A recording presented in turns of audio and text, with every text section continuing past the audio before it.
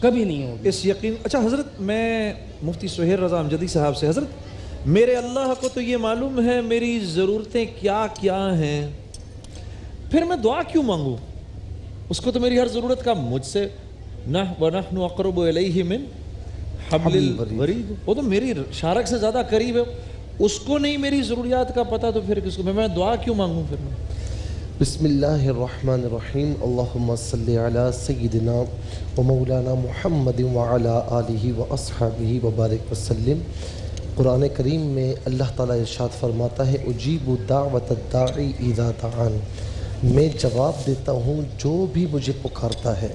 جو آپ نے سوال کیا نا کہ اللہ تعالیٰ نحن اقرب الیہ من حبل الورید، کہ بندے کی شیرک سے زیادہ قریب ہے، تو بہت سے لوگ یہ کہتے بھی ہیں کہ یار اللہ تعالیٰ ہمیں دیکھ رہا ہے، مجھے اس حال میں دیکھ رہا ہے، تو میں کیوں مانگوں؟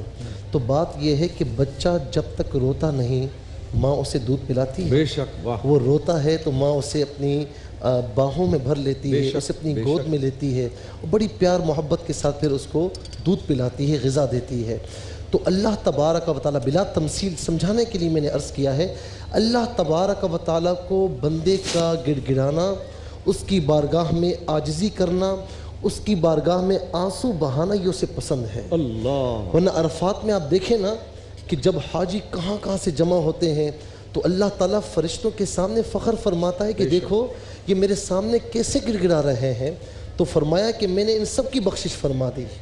تو اس کی بارگاہ میں جتنا بے بسی کا اظہار انسان کرتا ہے، جتنا عاجزی کا اظہار کرتا ہے، تواضع انکساری کا اظہار کرتا ہے، اللہ تبارک و تعالیٰ کو اتنا ہی اچھا لگتا ہے.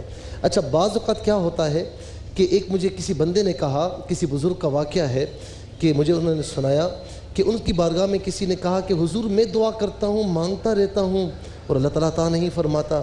اور دوسرا بندہ ہے جو بظاہر گناہ بھی کرتا ہے، اللہ سے دور بھی ہے، وہ ایک مرتبہ مانگتا ہے اسے مل جاتا ہے. اس میں کیا ہے؟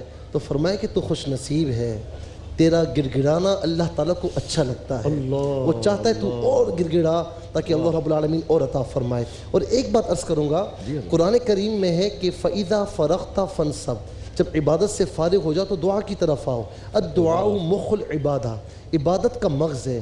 لیکن پتہ نہیں کیوں ہم بدقسمت بنے ہوئے ہیں، یعنی ایک مزدور نوکری کر رہے ہیں، اور مہینے کے آخر میں جب نوکری مکمل ہو اور مزدوری ملنے کا وقت آ جائے اور وہ مزدور سامان اٹھائے اور چلا جائے، تو مجھے بتائیں کہ اگر اس کو مزدوری نہیں ملی تو اس کا ذمہ دار کون ہے؟ وہ مزدور خود ہے کہ وہ جب مزدوری ملنے کا وقت ہے تو چلا گیا.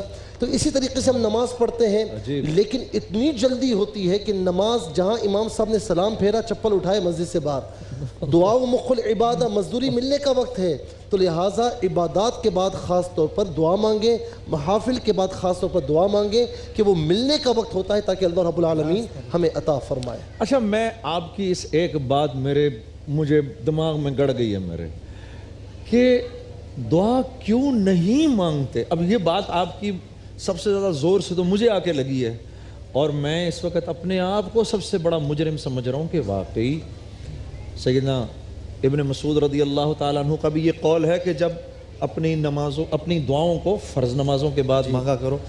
اچھا میں مولانا اس بات کو سامنے رکھتے ہوئے آپ سے یہ پوچھنا چاہتا ہوں کہ کہیں ایسا تو نہیں کہ پہلے آسمانوں پر قبولیت کا اعلان ہوتا ہو اور پھر دنیا میں دعا مانگنے کی توفیق ملے، کہ پہلے اللہ رب العزت کے ہاں اس بات کا اعلان ہو کہ فلاں بن فلاں کی ہم دعائیں قبول کریں گے، اور پھر اس کو دعا کی توفیق ملے؟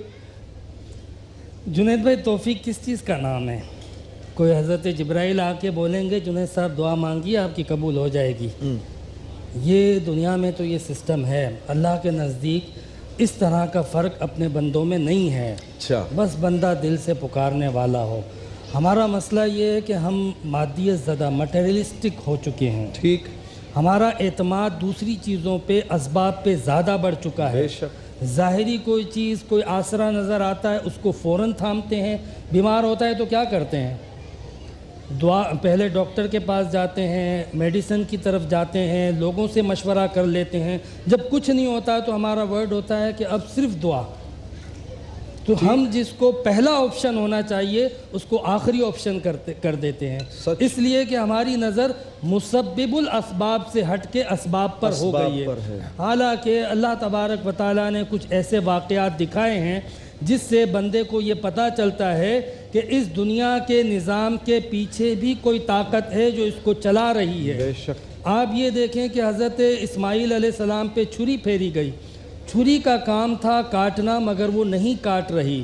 حضرت ابراہیم علیہ السلام کو آگ میں ڈالا گیا، آگ کا کام تھا جلانا مگر اس نے نہیں جلایا۔ کیوں نہیں جلایا؟ کہ کبھی کبھی اللہ تعالیٰ اس بات کا اظہار کرتا ہے کہ یہ جو دنیا کا نظام ہے اس کے پیچھے میرا حکم اور امر ہوتا ہے، جب تک میرا حکم نہیں ہوگا، میرا امر نہیں ہوگا تو یہ چیزیں تو بے مقصد ہیں۔ یہ آگ نہیں جلائے ہم گی۔ اگر بھروسہ ہو تو بے خطر کود پڑا آتش نمرود میں۔ یہ کیا تھا؟ یقین تھا، نظر تھی مسبب الاسباب پر، اسباب پہ نہیں تھی۔ آگ جو تھا وہ اسباب تھا، سبب تھا جلانے کا، لیکن یقین اللہ پہ تھا کہ وہ میرے ساتھ ہے، مجھے نہیں جلائے گا۔ اسی طرح دنیا کے معاملات میں بھی بدر کا واقعہ لے لیں تو آپ کو صاف نظر آ جائے گا کہ ظاہری طور پہ 313 کے مقابلے میں 1000 تھے، یعنی ایک کے مقابلے میں 3، ادھر 2 گھوڑے، ادھر جو ہے وہ 200 گھوڑے، ادھر جو ہے وہ چند ہتھیار اور باقی نہتے، ادھر ہتھیار سے مسلح تھے۔ تو آخر کیا چیز تھی ان کے پاس؟ ان کے پاس 313 ہونے کے باوجود، نہتے ہونے کے باوجود اگر تھا تو یقین تھا، بھروسہ تھا، اسباب پہ نہیں اللہ پہ، اور جب اللہ کے بھروسے کے ساتھ چلے تو کامیاب ہوئے۔ یقین یقین۔ ارے حضرت لیکن یہ تو ابراہیم علیہ السلام کی بات کر رہے ہیں اور صحابہ کرام کی بات کر رہے ہیں، میں اپنی اور وسیم کی بات کر رہا ہوں۔ ہم تو، میرا مطلب ہے کہ بہت ہی کمزور ہیں۔ ہم کہاں سے یہ یقین لے کر آئیں کہ ہاں ہمارے ہاتھ اٹھیں گے تو یقیناً ہماری دعا قبول ہوگی؟ نہیں تو مجھے یہ بتائیں کہ جب بندہ مصیبت میں آتا ہے تو اللہ کو کیوں پکارتا ہے؟ یہ بتا دیں مجھے۔ اس کی وجہ یہ ہے کہ خوشیوں میں جب ہمارے پاس مال و دولت ہے، منصب ہے، ہر چیز ہمارے مزاج کے مطابق ہوتی ہے تو اللہ تعالیٰ کو بھول جاتے ہیں، اس کو پکارتے ہی نہیں ہیں۔ بلکہ باقاعدہ میں نے واقعہ پڑھا کہ ایک شخص جس کی عمر 35 سال تھی، قلیوبی میں یہ واقعہ درج ہے، اس نے کبھی بھی اللہ کو نہیں پکارا، کبھی فرما برداری نہیں کی۔ فرشتوں نے عرض کی مولا سے کبھی پکارا نہیں تجھے؟ کہا اس لیے کہ اس پر کبھی مصیبت نہیں آئی۔ اسی وقت حکم ہوا کہ اس پر بخار مسلط کیا جائے۔ جیسے ہی بخار آیا نا، وہ بندہ 35 سال تک کبھی اللہ کا نام نہیں لیا، کہنے لگا اللہ اللہ رب العالمین نے فرمایا لبیک یا عبدی، میرے بندے میں حاضر، تو کہاں تھا؟ اچھا مجھے ایک سوال کا جواب دیں آپ۔ وہ نماز استسقاء ہوئی ایک جگہ پر، اعلان ہوا، اور جب سب لوگ میدان میں گئے تو وہ ایک 8 سال کا بچہ چھتری لے کر گیا، باقی سب ایسے ہی پہنچ گئے۔ تو اس سے کسی نے پوچھا تو چھتری کیوں لے جا رہا ہے؟ اس نے کہا لوگ دعا کریں گے تو بارش ہوگی۔ تو اس ایک 8 سال کے بچے کو تو یقین تھا کہ دعا قبول ہو جائے گی، اور وہ جو 40 بابے اس کے ساتھ گئے ان میں سے ایک کو بھی یقین نہیں تھا۔ بچہ تو دیکھیں نا، اس سے تو ظاہر ہے کہ بھائی اس بچے کو یقین تھا، وہ چھتری لے گیا اپنے ساتھ، باقی میرے جیسے ایسے ہی پہنچ گئے۔ اس کی وجہ ہے، اس کی وجہ یہ ہے، ائمہ فرماتے ہیں کہ اگر ولی بننا چاہتے ہو اللہ کا تو اپنے اندر بچوں کی صفات پیدا کر لو۔ کیا صفات پیدا کر لیں؟ بولے ابھی لڑتا ہے اس کے بعد بھول جاتا ہے، ناراض ہوتا ہے فوراً راضی ہو جاتا ہے، کبھی بات دل میں نہیں رکھتا۔ یہ بات تو صحیح ہے، یہ بات تو صحیح ہے۔ یعنی اس کا مطلب ہے کہ ہم میں یہ کہتا ہوں کہ خوشی ہو غمی ہو اللہ کو یاد کریں۔ حضور نبی کریم علیہ السلام کی حدیث پاک، حدیث قدسی، کہ رب تعالیٰ فرماتا ہے کہ بندے اگر تو چاہتا ہے کہ تیرے غم میں تیرا ساتھ دوں، تجھے چاہیے کہ تو خوشی میں مجھے یاد کر، خوشی کے اندر مجھ کو یاد کر۔ میرے عزیز دوستو، دعا کسی حال میں نہ چھوڑا کرو، کسی بھی حال میں نہ چھوڑا کرو۔ اللہ والوں سے سنا کہ 3 چیزیں تو دعا کے ساتھ لگی ہوئی ہیں، یا تو وہ فوراً قبول ہوگی، یا اللہ رب العزت اپنی مصلحت سے جانتے ہیں کہ اس کے بعد میں قبول ہونا ضروری ہے، اور یا اللہ رب العزت اس کو اٹھا کر آخرت کا توشہ بنا کے رکھ دیتے ہیں کہ جب آپ قیامت کے دن اپنی دعاؤں کا اجر دیکھیں گے تو دل میں تمنا کریں گے کاش اے اللہ تو نے مجھے قیامت تک کی زندگی دی ہوتی اور میں جتنی دعائیں مانگتا تو ایک بھی قبول نہ کرتا۔ بلکہ یہ حدیث پاک ہے کہ مولا تو کاش دنیا میں میرا جسم کینچیوں سے کاٹا جاتا، میری کوئی دعا قبول نہیں ہوتی، سارا اجر مجھے یہاں ملتا۔ اچھا مفتی عامر صاحب، یہ تو اس وقت رمضان میں کوئی دعائیں کم تو نہیں ہوئی ہوں گی، اور حرم میں بھی دعائیں ہو رہی ہیں دھڑا دھڑ، اور امت، لیکن یہ امت کا حال نہیں بدل رہا، کیا چکر ہے؟ کچھ چیزیں ہیں جو دعاؤں میں رکاوٹ بنتی ہیں قبولیت کے اندر. ہم نے اب تک جو بات کی تھی اس میں یقین کی بڑی بنیادی بات کی. ٹھیک. پھر اسی طرح رزق حلال، یہ دعا کی قبولیت میں ایک بنیادی حصہ اور کردار ہے اس کا. ٹھیک. ہمارے یہاں پہ اگر غور کیا جائے تو روزی کے اسباب پر، حصول مال کے تمام ذرائع پر، اور ہمارا نظام جو معیشت ہے اس پر، امت مسلمہ کے خاص طور پہ، تو آپ کو حیرت ہوگی کہ پھر ہماری دعائیں کیسے ہم چل کیسے رہے ہیں. رزق حلال دعا کی قبولیت میں بنیادی حیثیت رکھتا ہے. بنیادی حیثیت رکھتا ہے. رزق حرام کا لقمہ پیٹ میں ہو تو دعا تو کیا عبادت نہیں قبول ہوگی؟ حرام اگر پیٹ میں ہو تو ہمیں اس چیز پر بھی غور کرنا چاہیے. باقی جہاں تک تعلق ہے، جنید بھائی اتنی دیر آپ نے بات کی، مجھے وہ بات یاد آئی کہ ہم کیسے یقین کریں. اللہ تو یہ فرماتا ہے کہ بندہ تو میرے پاس آ، تو چل کے آئے گا میں دوڑ کے آؤں گا. تو ایک قدم آئے گا میں 10 قدم آؤں گا. تو ایک بالش آئے گا میں 10 بالش آگے بڑھوں گا. تو اللہ تعالیٰ کی رحمت ہی سے یہ کائنات ہے، اور اللہ تبارک و تعالیٰ نے ہی اس کائنات کو چلایا ہے. اس لیے اس بات میں ذرہ برابر بھی شک نہیں ہونا چاہیے کہ اللہ تبارک و تعالیٰ سے مانگے اور وہ عطا نہ کرے. بس یہ یقین کے ساتھ جس نے دعا مانگی اور پیٹ میں حرام کا لقمہ نہیں ہے، انشاءاللہ اس کی دعا لازمی قبول ہوگی. یعنی جی مول صاحب آپ کو مسئلہ یہ ہے کہ جھوٹ ہمیں بولنا ہے، ٹھیک، خیانت ہمیں کرنی ہے، ٹھیک، چمگوئیاں ہمیں کرنی ہے، ٹھیک، غیبت ہمیں کرنی ہے، چغلی ہمیں کرنی ہے، سچ ہمیں نہیں بولنا، ہر برے کام کرنے ہیں، رزق حرام بھی لینا ہے. اور پھر کہتے ہیں کہ مولا تو ہماری سن. ایک ادارے میں ایک آنر ہے، وہ دیکھتا ہے کہ جو امپلائی ہے وہ کوئی کام نہیں کرتا تو کیا اس کی پروموشن ہوگی؟ تو بھائی ہر چیز کی اقدار ہوتی ہیں، ہر چیز کے ادب و احترام ہوتے ہیں، تو ہمیں ان کو بجا لانا چاہیے. رزق حلال، ابراہیم بن ادم رحمۃ اللہ تعالیٰ نے 10 باتیں جو فرمائی، ان میں سے ایک مین بات رزق حلال. اب دیکھیں خانہ کعبہ کے پردے کے ساتھ ایک بندہ چمٹا ہوا ہے اور اس کا حال ایسا ہے جنید بھائی کہ دیکھنے والے کو رحم آ جائے. آقا علیہ السلام نے فرمایا کہ کچھ بھی کر لیں اس کی دعا قبول نہیں ہوگی. عجیب. فرمایا کہ ملبسو حرام مشربو حرام، اس کا لباس حرام ہے اور اس کا کھانا پینا حرام ہے. حجاج بن یوسف کے دور میں ایک مستجاب الدعوات گروہ تھا بزرگوں کا، ان کی ہر دعا قبول ہو جاتی تھی. حجاج بن یوسف بڑا ڈرتا تھا ان سے، تو اس سے کسی نے کہا کہ ایسا کر، ان کی دعوت کر اور حرام کی آمیزش کر دے. ان کو نہیں معلوم تھا، حرام کی آمیزش کر دی. پھر اس کے بعد اس نے کچھ بکنا شروع کیا. انہوں نے کہا وہ چپ رہے ورنہ اللہ کی بارگاہ میں دعا کریں گے. اس نے کہا مجھے کوئی فکر نہیں ہے، تم جتنا مانگو تمہاری دعا قبول ہونے والی نہیں، اس لیے کہ تمہارے پیٹوں میں حرام ڈال دیا ہے میں نے. اوف. تو مولوی صاحب آپ تو حرام کی آمیزش کی بات کر رہے ہیں، تو یہ جس معاشرے میں میں اور آپ رہ رہے ہیں جی، تو پھر اس کا مطلب ہے کہ اس حرام کی آمیزش سے تو پھر آج اللہ والے بھی نہیں بچے ہوئے. اس کی دیکھیں نا، ایک ہوتی ہے اختیاری اور ایک ہوتی ہے غیر اختیاری. اختیاری طور پر تو ہم بچ رہے ہیں، اس میں ہم گناہگار نہیں. غیر اختیاری طور پر جو چیز ہمیں مل رہی ہے اس میں ہم گناہگار تو نہیں ہیں، لیکن فضیلتیں، برکتیں، رحمتیں ہم سے روٹ رہی ہیں. ہماری اس وقت قوم کا جو حال ہے، جس تکلیف میں، مصیبت میں، ذلت میں، رسوائی میں، تباہی میں، پسپائی میں جو آج مبتلا ہے امت مسلمہ، تو یہی بات کہ جو ہمارا نظام ہے اس میں بہت بڑا دخل ہے کہ ہم اپنے نظام کو بہتر کریں، اپنے نظام کو ایسا بنائیں جو اسلام کی تعلیمات کے مطابق ہو.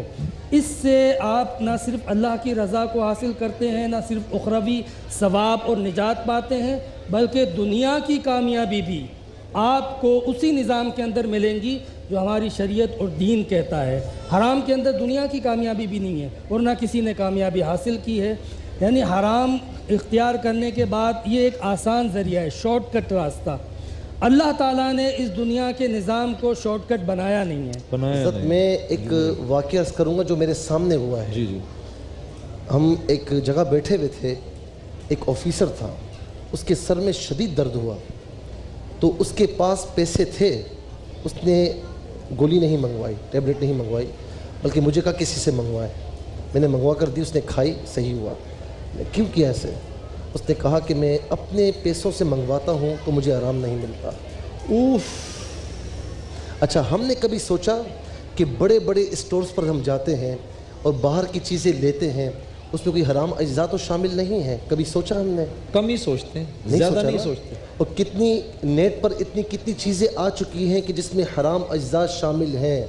ہم اگر غیر اختیاری طور پر بھی لا علمی میں کھا رہے ہیں تو پھر دعا کیسے قبول ہوگی؟ بلکہ عجیب بات یہ مولوی صاحب کہ جو پاکستان سے باہر کے ملکوں میں رہنے والے ہیں وہ پتہ کرتے ہیں, وہ زیادہ اس بات کی احتیاط کرتے ہیں اور کہتے ہیں بھائی رک جاؤ, پہلے ہم دیکھنے دو پہلے کہ بلکہ وہاں پر ایسا سافٹ ویئر بھی ہے کہ میں ایک کے ساتھ گیا ہوں مارکیٹ میں, تو وہ ایک ایک چیز جو ہے وہ نیٹ کے ذریعے دیکھ رہا تھا, جہاں اوکے آتا وہ خریدتا, جہاں اوکے نہ آتا اسے رکھ دیتا. عجیب. تو یعنی آپ حضرات کے کہنے کا مطلب یہ ہے کہ حرام کا ہماری دعاؤں کے قبول نہ ہونے کا مین ریزن جو ہے وہ حرام. اگر آج امت, اچھا مولوی صاحب اگر ایک شخص یہ اللہ سے دعا کرے, اے اللہ میں آج کے بعد حد الامکان اپنے آپ کو حرام سے بچانے کی کوشش کروں گا, تو اس میں میری مدد و نصرت فرما اور میری دعاؤں کو قبول فرما, تو عین ممکن نہیں کہ اللہ رب العزت اس کی دعاؤں کو قبول کرے. کہنے سے نہیں ہوگا, کہنے سے نہیں ہوگا, صرف کہنے سے نہیں ہوگا, عملی زندگی میں داخل ہو. جو اس کے پاس حرام ذرائع سے چیزیں آئی ہیں سب دے, خالی ہونا پڑے گا. پھر جو حلال کی اس کو رکھے, جو حرام کی ہے معلوم ہوتا ہے اسے اگنور کرے, اس سے چھٹکارا حاصل کرے, سچی توبہ کرے اور آئندہ اس چیز سے دور رہے, تو کوئی بعید نہیں کہ میرا رب اسے مالا مال فرما دے. مجھے کل رات میں SMS آیا کہ ایک شخص تھا جو یعنی جس کے پاس اربوں روپے تھے, اس نے باقاعدہ مجھے میسج کیا. اس نے کہا کہ سارا مطلب سود پر تھا, سارا حرام تھا. کہتا ہے میں نے توبہ کی ہے, سچی توبہ کی ہے, اور میں نے سارا دے دیا ہے, اب میرے پاس کچھ باقی نہیں بچا, محنت مزدوری کروں گا. یقین کریں کہ دل سے دعائیں نکلی ہیں اس کے لیے. آپ بھی دعا کریں. اور اللہ رب العزت اب ارے سب آپ بھی دعا کریں. اگر میں کہتا ہوں سارا جہان اس کے لیے دعا نہ کرے, اس کے باوجود اللہ رب العزت نے اس کو ایسے نوازنا ہے. میں ایک اللہ والے کے پاس بیٹھا تھا تو مجھ سے فرمانے لگے کہ بزرگ ان کے پاس کہنے لگے کہ میرے پاس میں اپنے ایک بزرگ کے پاس بیٹھا ہوا تھا, تو ایک آدمی آیا وسیم, ان کو آ کر کہنے لگا حضرت میرے لیے دعا کریں اللہ رب العزت مجھے بہت سا حلال دے. تو وہ بزرگ مسکرانے لگے اور مسکرا کر بولے پتر حلال تے تھوڑا ہی ہوئے پتر حلال تے تھوڑا ہی ہوئے, کیونکہ میرے رب نے دکھانا ہے کہ اس حلال میں برکت ہے. میرے دوستو حلال کماؤ, اپنی دنیا کی زندگی بھی خوبصورت بناؤ, آخرت کی زندگی کے بھی مزے لوٹو. ایک بریک لیتے ہیں, بریک کے بعد انشاءاللہ اذان فجر. ماہ رمضان یوں اور یہ لوگوں کے عمرے پہ جانے کا ذریعہ بن رہے ہیں. اللہ رب العزت ان کو اور ان کے گھر والوں کو لے کے جائے اور اس بچے ریان کی زندگی میں برکت دے. میں یہ دعا اس بچے کے لیے پڑھتا ہوں اور اللہ سے دعا کرتا ہوں کہ اے اللہ اس بچے کو اس آیت کا مصداق بنا. ربنا حب لنا من ازواجنا وذریاتنا قرۃ اعین واجعلنا للمتقین اماما. یا میرے کریم رب اپنے فضل سے ہماری دعاؤں کو قبول فرما. جی وسیم. آمین آمین انشاءاللہ. ہر تاخرات پر ریان گروپ آف انڈسٹریز نے 5 عمرے کے ٹکٹس دیے ہیں. سبحان اللہ. تو میں پہلا نمبرز ہم بتاتے جائیں گے اور جن کا ہو نمبر وہ بس اپنا ہاتھ کھڑا کر دیجیے گا. کوشش کریں گے ہم کیمرے میں ان کو دکھا دیں. صاحب پہلا نمبر ہے 4813 4813 4813. بتائیں بھائی 4813 کس کا نمبر ہے؟ 4813. ایک بار پھر دیکھ لیں. مردوں میں سے نہ ہو کسی کا باہر, جینٹس میں. ہاں اچھا یہ بھی ہو سکتا ہے. اوکے ٹھیک ہے صحیح. اوکے ہو سکتا ہے کہ وہ مرد حضرات ہوں جو کہ اس وقت یہاں پر نہیں ہوں, تو پھر جو بھی ہے ہماری آڈینس میں سے ہے, تو پھر ہم ہر کارڈ کو کاؤنٹ کر رہے ہیں, اس کا مطلب ٹھیک ہے بالکل صحیح ہے. 4813 پہلا نمبر. دوسرا نمبر سر اچھا آ گئے, کون ہے ذرا ہاتھ کھڑا کریں. بڑی دیر کیا آپ نے, بڑی بات ہے بھائی. اب تو ہم نے کارڈ ضائع کر دیا, اب کیا کر سکتے ہیں, بہت لیٹ ہو گیا اب تو. چلے جی بہت بہت مبارک ہو آپ کو, ماشاءاللہ. تالیاں ہو نا ہماری بہن کی, اللہ مبارک کرے اس کو. کارڈ بھی نہیں دیکھ رہی اپنا. چلے ماشاءاللہ. دوسرا نمبر بھی 4 سے ہے, معصومانہ نمبر 4343. لہ یہ تو واقعی معصومانہ ہے نا. 4343 جلدی بھائی, یہ بھی ایسا نہ ہو یہیں کہیں بیٹھا ہوا ہو یا بیٹھی ہوئی ہوں. 4343 4343. واہ کیا بات ہے بھائی, زبردست. چلیں بھائی اب میں اتنا شفل کر رہا ہوں پھر بھی تیسرا نمبر بھی 4 کی سیریز سے نکلا ہے.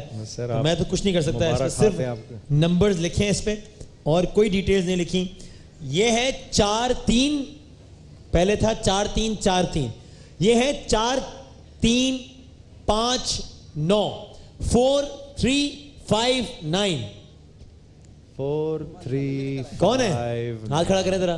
ارے واہ واہ واہ, کیا بات ہے بھائی.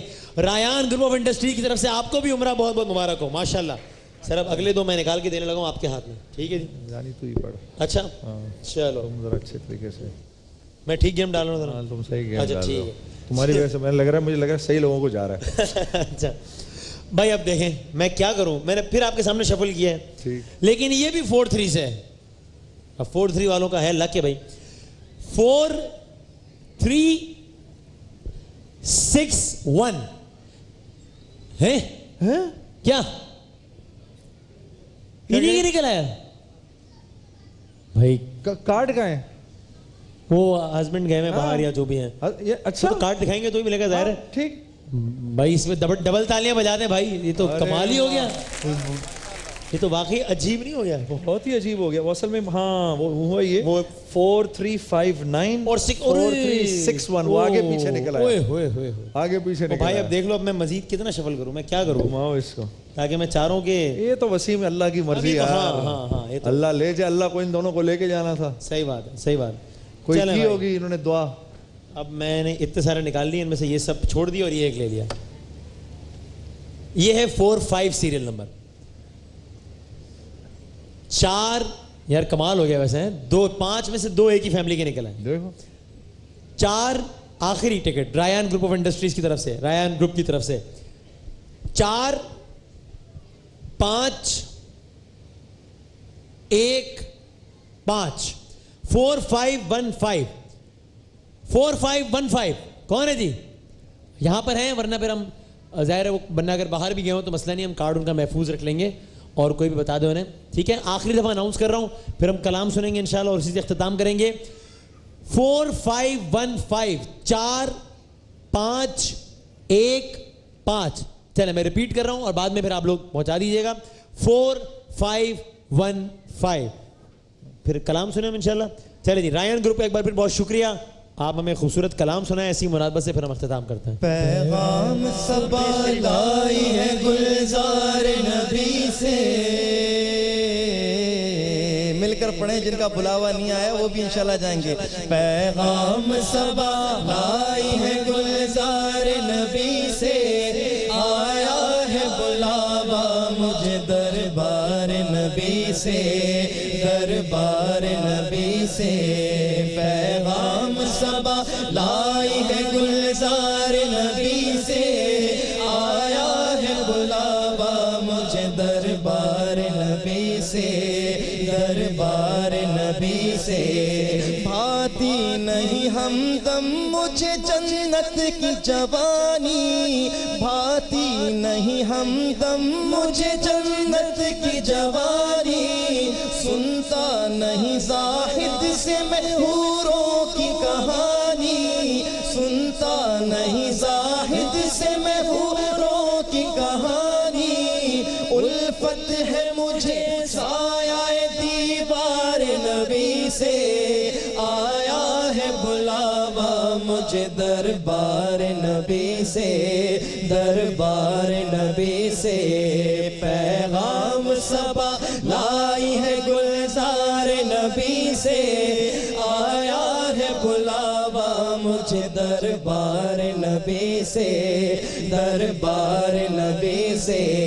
ہر آہ گئی عرش پہ یہ آہ کی قسمت, ہر آہ گئی عرش پہ یہ آہ کی قسمت. ہر اشک پہ ایک خلد ہے, ہر اشک کی قیمت, ہر اشک پہ ایک خلد ہے, ہر اشک کی قیمت. تحفہ یہ ملا ہے مجھ سرکار نبی سے, آیا ہے بلاوا مجھے دربار نبی سے, دربار نبی سے. پیغام صبا لائی ہے گلزار نبی مجھے دربار نبی سے، دربار نبی سے۔